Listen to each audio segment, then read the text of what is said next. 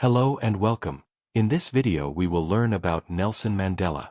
Nelson Mandela was a great man. He is known all over the world for his fight for freedom and justice. He believed that all people are equal, no matter their skin color. Mandela spent his whole life fighting against racism in South Africa. He was strong, brave, and kind. His story is full of hope, courage, and love. Nelson Mandela was born in a small village in South Africa in 1918. His father was a leader of the village. Mandela was the first person in his family to go to school. He worked hard and studied law. From a young age, he saw that black people were treated badly in his country. They could not vote, live where they wanted, or go to good schools. White people had more power and rights. Mandela knew this was not fair.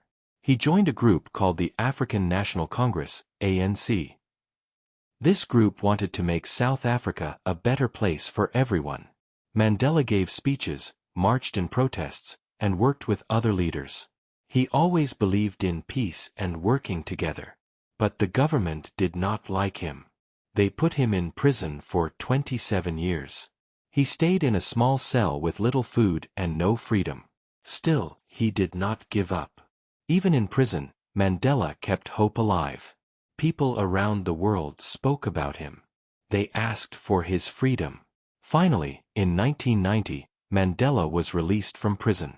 He smiled and waved to the crowd. He did not show hate.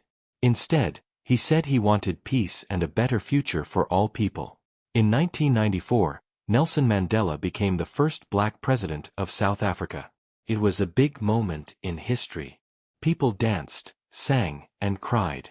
Mandela worked to bring people together. He forgave the people who hurt him. He said, "Let us build a new nation." Mandela's life teaches us many things. He teaches us to be strong, even when life is hard. He shows us that love is stronger than hate. He teaches us to forgive and to dream big. He is a hero not just in South Africa, but all over the world. Students can learn a lot from Mandela. His words are simple but powerful. He once said, "Education is the most powerful weapon which you can use to change the world." He believed that young people, like you, are the future. He wanted everyone to learn, grow, and help others. Nelson Mandela died in 2013, but his message lives on. His story is not just history, it is a lesson for today. When we listen to his story, we learn to be brave, kind, and fair. This episode will take you on a journey through Nelson Mandela's life. It will help you understand his struggles, his dreams, and his great heart. Get ready to be inspired by a man who changed the world with peace and love. Chapter 1: Early Life and Roots of Nelson Mandela.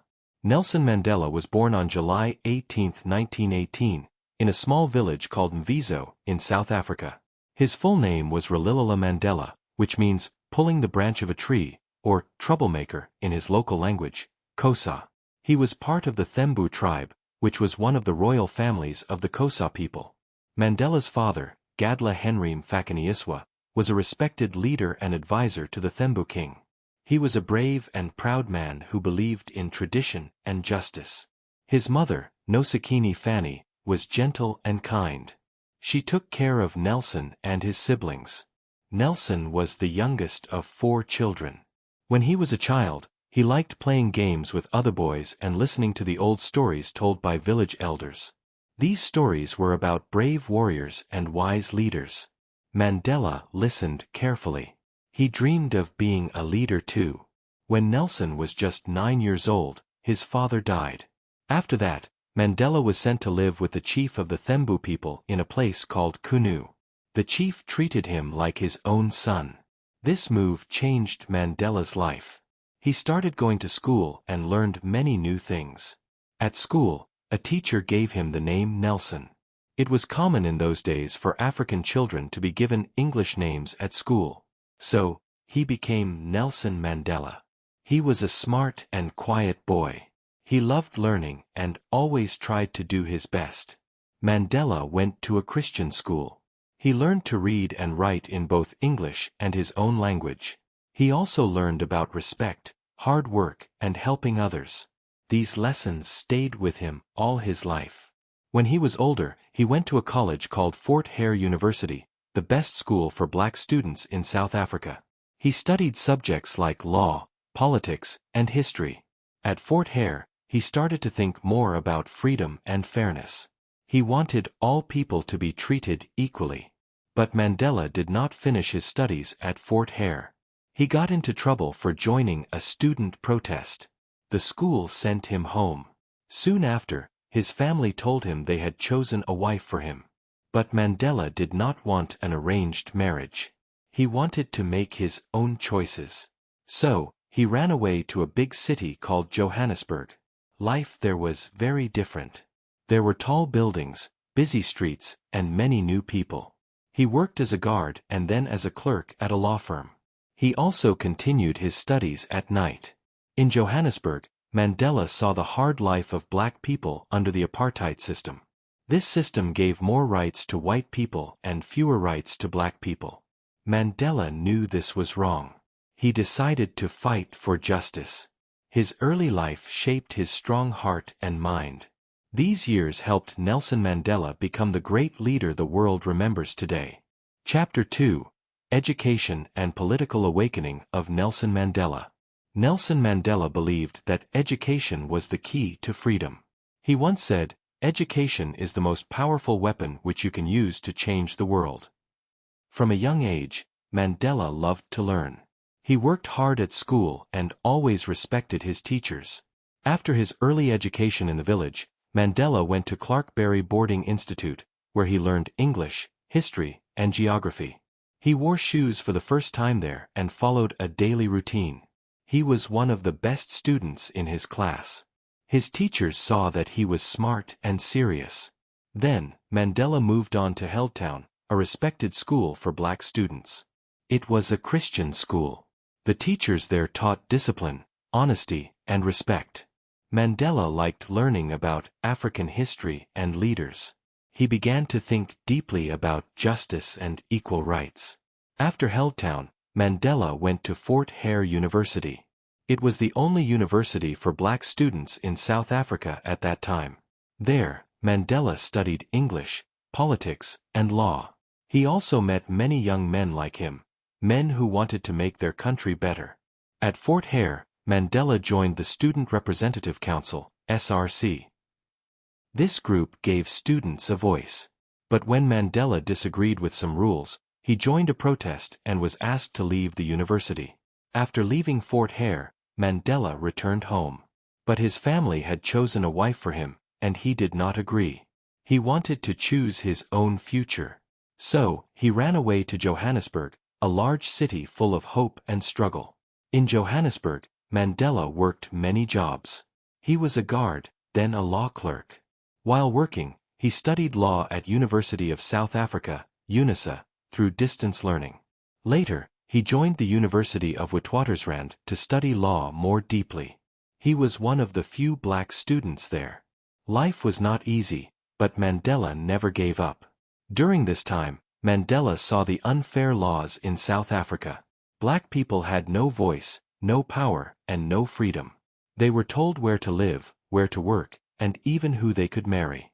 Mandela began to feel angry about these rules. But instead of hate, he chose to take action. Mandela met Walter Sisulu, a wise man who became his friend and mentor.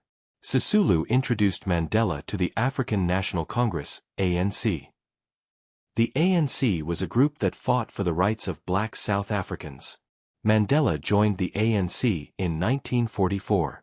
He also helped to start the ANC Youth League, which was full of energy and new ideas. This was the beginning of Mandela's political life. He gave speeches, helped organize protests, and wrote articles. He believed that black people deserved the same rights as white people. His voice became stronger. More people listened. These years of study, work, and awakening helped Nelson Mandela grow into a leader. He learned how to fight with words, with peace, and with ideas. His education gave him the power to dream of a better South Africa.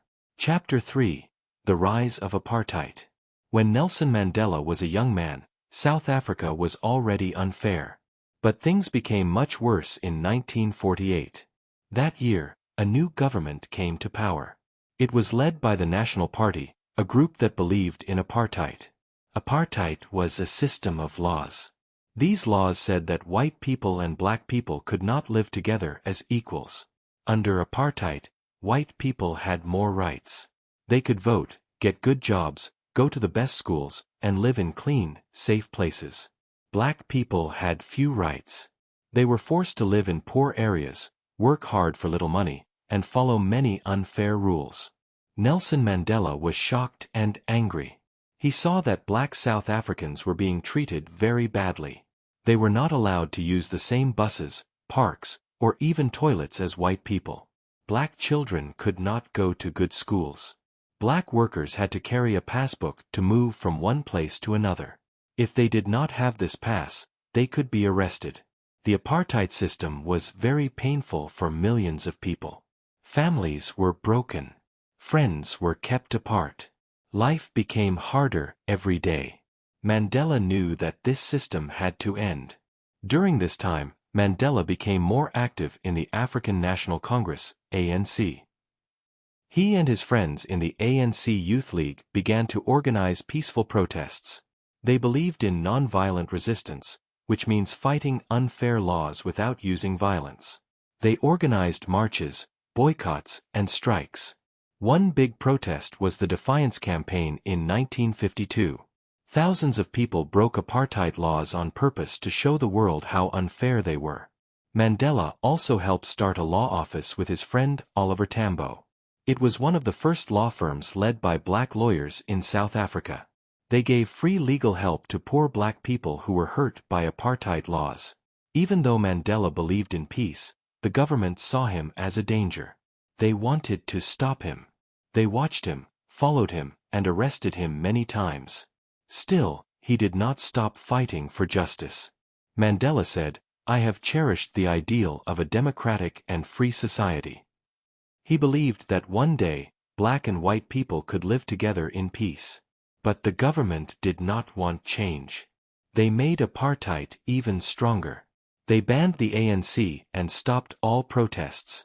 But Mandela and his friends did not give up. They continued working in secret. They printed newspapers, held secret meetings, and spoke to the people. Mandela became a symbol of hope for millions of South Africans. The rise of apartheid was a dark time in South Africa's history. But it also showed the strength of Mandela's heart. He stood up when others were afraid. He spoke out when others were silent. This was just the beginning of his long journey for freedom. Chapter 4. Joining the African National Congress. Nelson Mandela wanted to change South Africa. He saw how unfair the laws were. Black people could not vote, travel freely, or live where they wanted. White people had all the power. Mandela knew this was wrong. He wanted to fight for justice and equal rights. In 1944, Nelson Mandela joined the African National Congress, also called the ANC. The ANC was a group that worked to give black South Africans the same rights as white people. It was started many years earlier, in 1912, but in the 1940s, it became stronger. When Mandela joined the ANC, he was still a young man. He was full of energy and big dreams. He wanted to bring new ideas to the group. Mandela helped to start the ANC Youth League with his friends Walter Sisulu, Oliver Tambo, and Anton Lembede. These young men believed that change must come faster. They wanted to take action, not just talk. The ANC Youth League began to speak loudly against apartheid. They told people not to accept unfair laws. They asked black South Africans to stand together.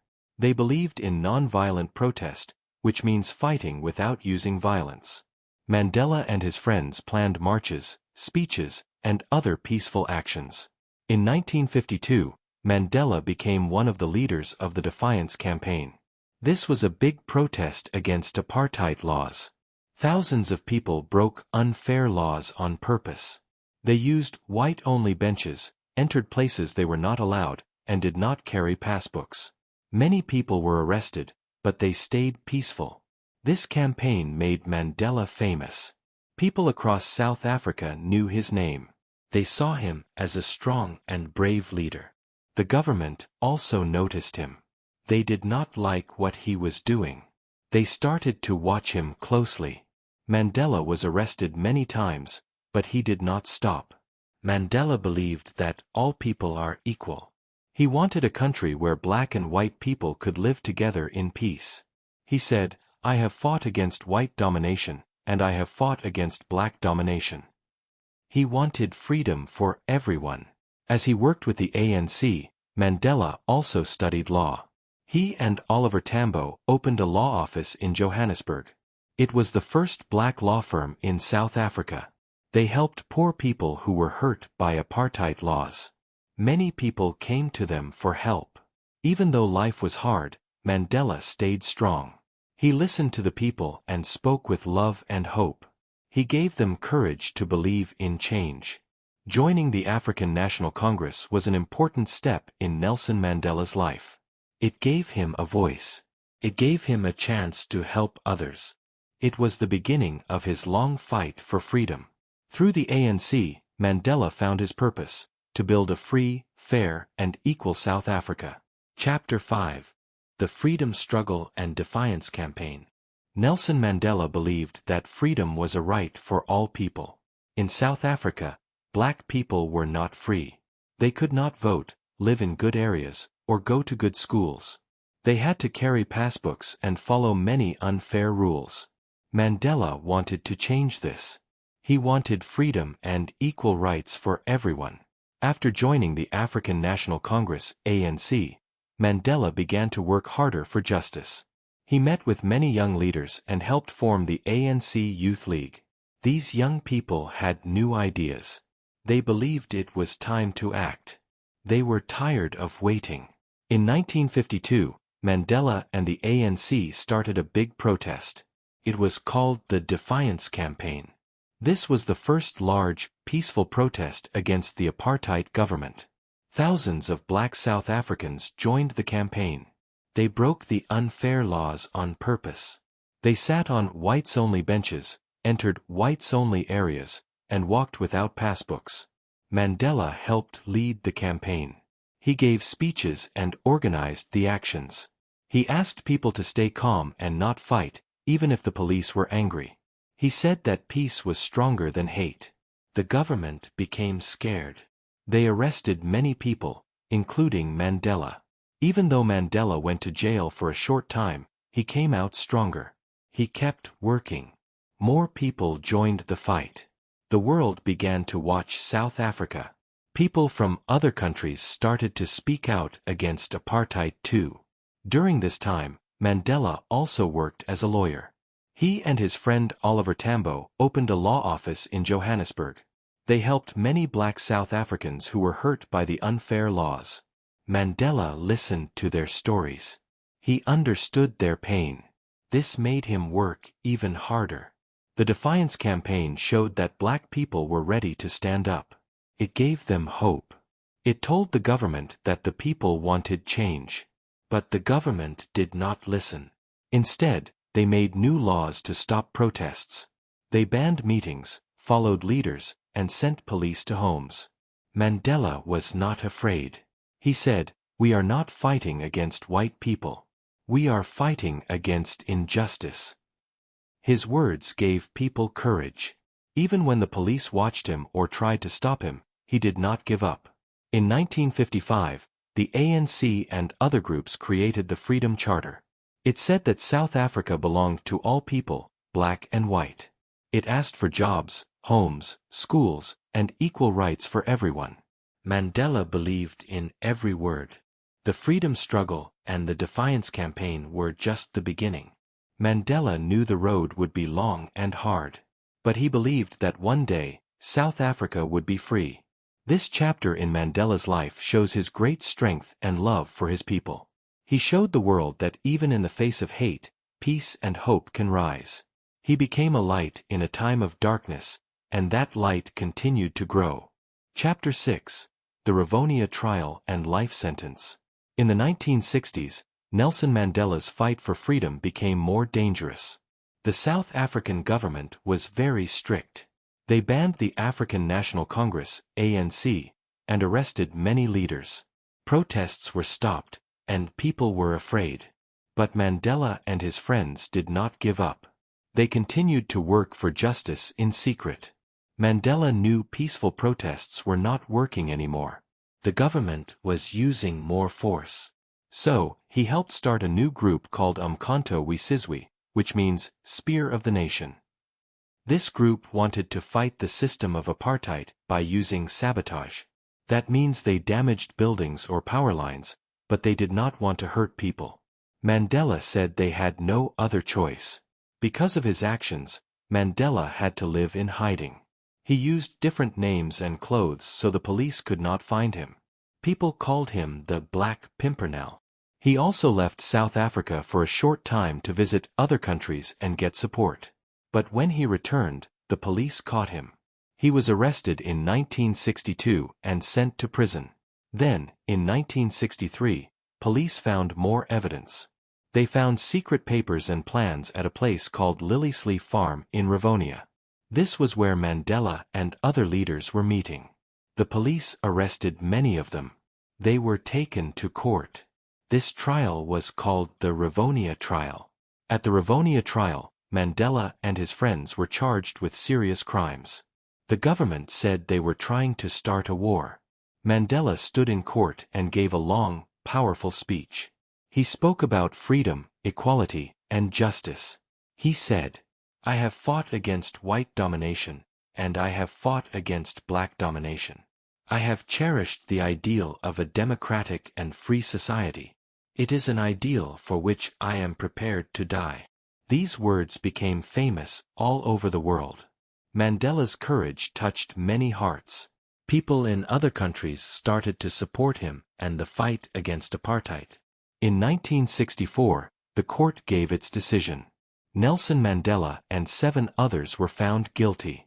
They were not killed, but they were given life sentences.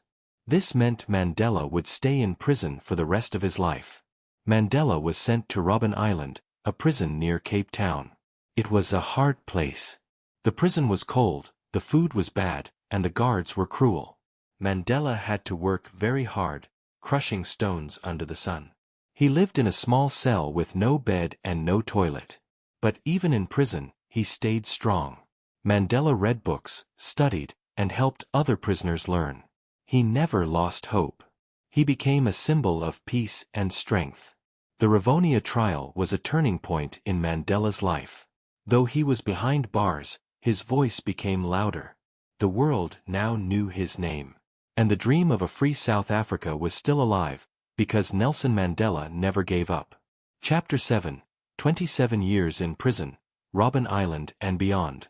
Nelson Mandela spent 27 years in prison, but he never gave up his dream of a free South Africa. In 1964, after the Rivonia trial, he was sent to Robben Island, a prison near Cape Town. It was a cold, lonely place in the middle of the sea. The prison was very strict, and life was hard for the prisoners. Mandela lived in a small cell. It had no bed, just a mat on the floor. There was no toilet, only a bucket. The food was poor, and the guards were unkind. Mandela had to wear short pants, even in winter. He worked every day in the hot sun, crushing stones in a yard.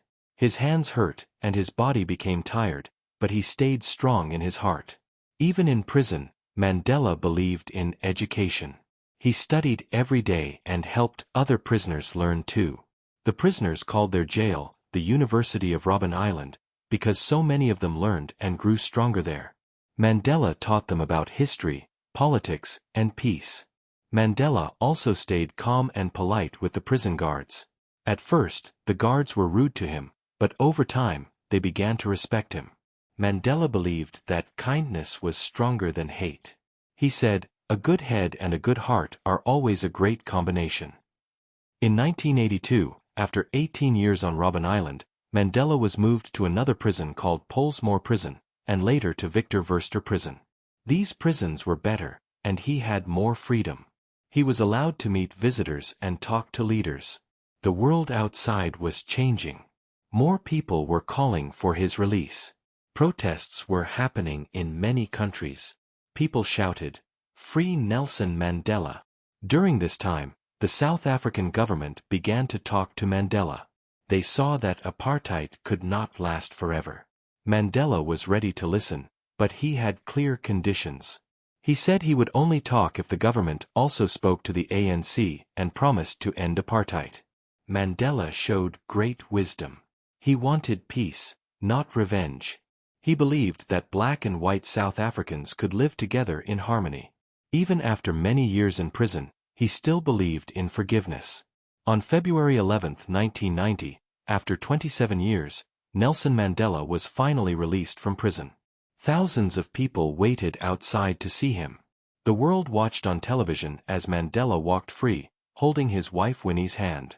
He smiled and raised his fist in the air. He said, "The struggle is not over. We still have work to do."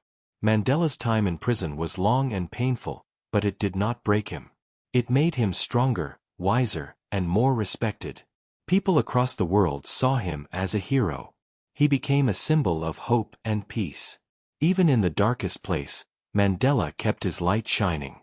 His 27 years in prison showed the power of patience, courage, and belief in freedom. Chapter 8: Release and the Path to Negotiation. Nelson Mandela walked out of prison on February 11, 1990, after spending 27 years behind bars. The world was watching. Thousands of people were waiting outside the prison gates. They clapped, cheered, and cried with joy. Mandela smiled and raised his hand in a fist. It was a sign of strength and hope. His face was calm. His heart was full of peace. Even though he was free, Mandela knew that his work was not finished. South Africa was still not free. The laws of apartheid were still in place. Black people still did not have the same rights as white people. Mandela wanted to change that. But he wanted to do it through talks and peace, not war. After his release, Mandela became the leader of the African National Congress, ANC, again. He began to speak to big crowds. He told the people to stay calm and not fight. Many people were angry and wanted revenge, but Mandela asked them to choose peace. He said, "Let us build a future together." At the same time, the South African government also began to change. The new president, F.W. de Klerk, knew that apartheid could not continue. The world was watching, and more countries were putting pressure on South Africa. They wanted the government to talk to Mandela and the ANC. Mandela and de Klerk met many times. These meetings were not easy. They did not always agree. But both men wanted peace. Slowly, they began to build trust. Mandela made it clear, apartheid must end. Black people must have the right to vote, work, and live where they want. In 1991, apartheid laws started to be removed. It was the beginning of a new time. Mandela worked with people from all sides. He believed that South Africa must be a country for everyone, black, white, rich, and poor. He also spoke with other political parties to keep the peace. There were still problems and violence, but Mandela stayed strong. He said, "We must forget our bitterness and think of the future." His words were powerful. People began to listen. They started to believe that peace was possible.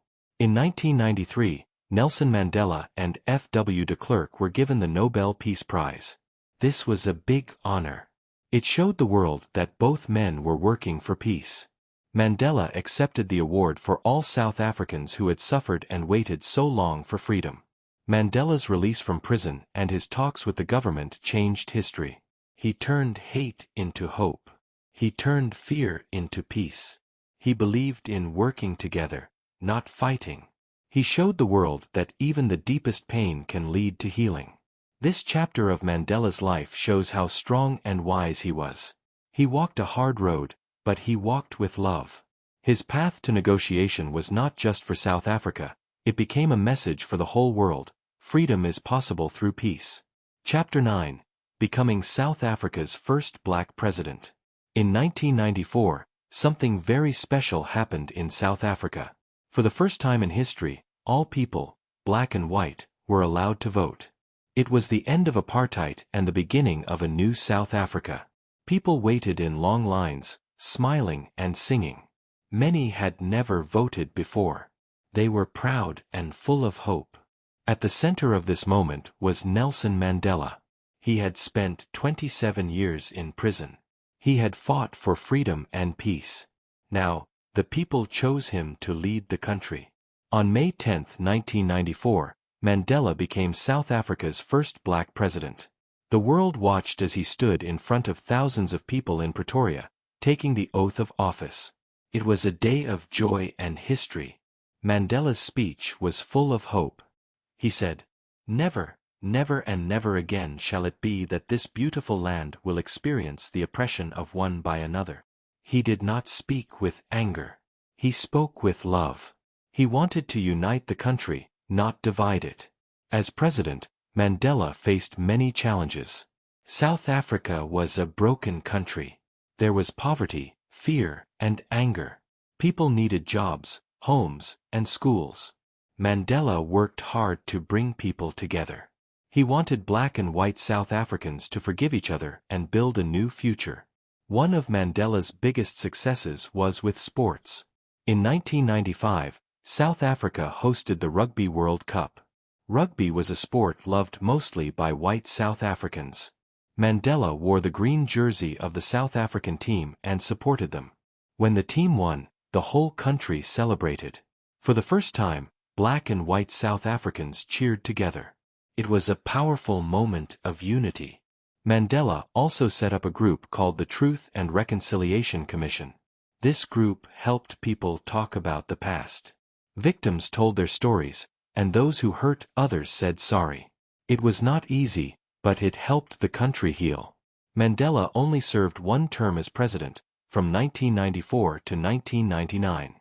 He believed in giving others a chance to lead. He said that leadership is not about power, but about service. After he stepped down, he continued to work for peace and human rights around the world. When Mandela became president, he showed that change is possible. He did not seek revenge. He showed kindness and strength. He gave people hope. He built bridges between enemies. He showed that a leader must listen, learn, and love. Becoming South Africa's first black president was not just Mandela's victory, it was a victory for all people who believed in justice. It was a dream come true for those who waited for freedom. Mandela's time as president will always be remembered as a shining example of peace, courage, and unity. His story teaches us that no matter how hard the past has been, a better future is always possible.